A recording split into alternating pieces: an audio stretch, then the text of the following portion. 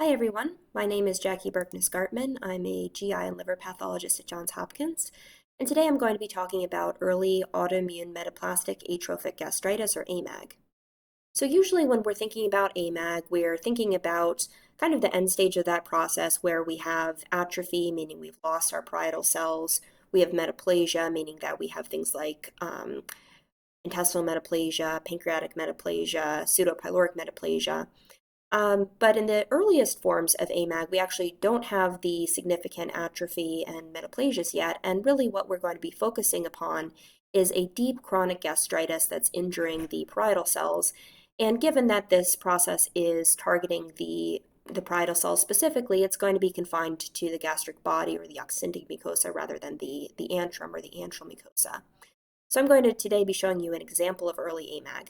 And just zooming out quickly here, we have multiple fragments of tissue on this slide, and this was not designated as a specific area in the stomach, so we need to figure out where we're located.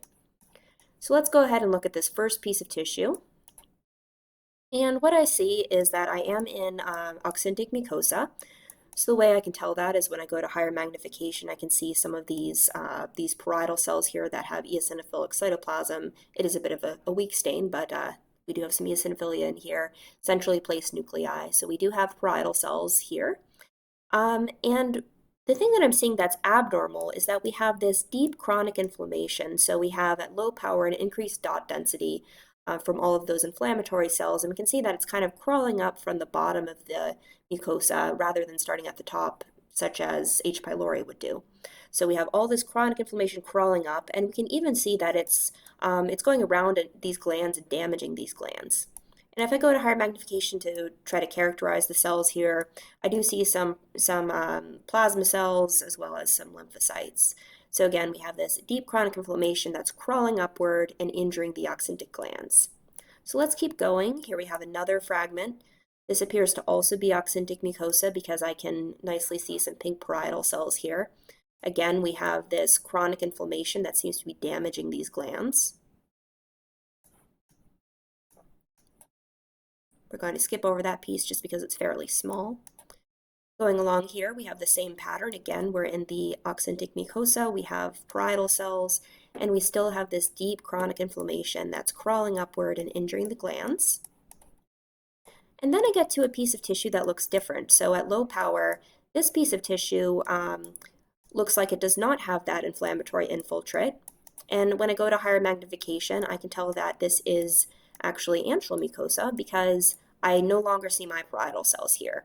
And I don't think that this is just antralized oxyntic mucosa because I don't really see any metaplasia or any chronic inflammation here to suggest that this was injured before. So this appears to just be a piece of uninvolved antral mucosa. And if I wanted to prove that, I could do a gastrin stain because gastrin will be positive in the antrum and will be negative in the oxyntic mucosa. I didn't do that, but in this case, I felt pretty comfortable in this case.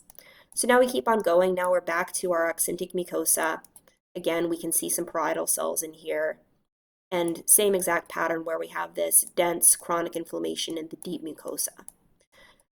So one additional stain we could do in addition to gastrin, just to prove that we know where we're located in each of these tissue fragments, would be a chromogranin immunostain.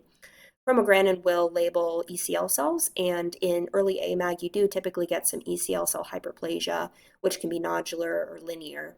And we define that by at least 5 cells, 5 chromogranin positive cells, either together in a line, we call that linear, or forming a little cluster, which we call a nodule.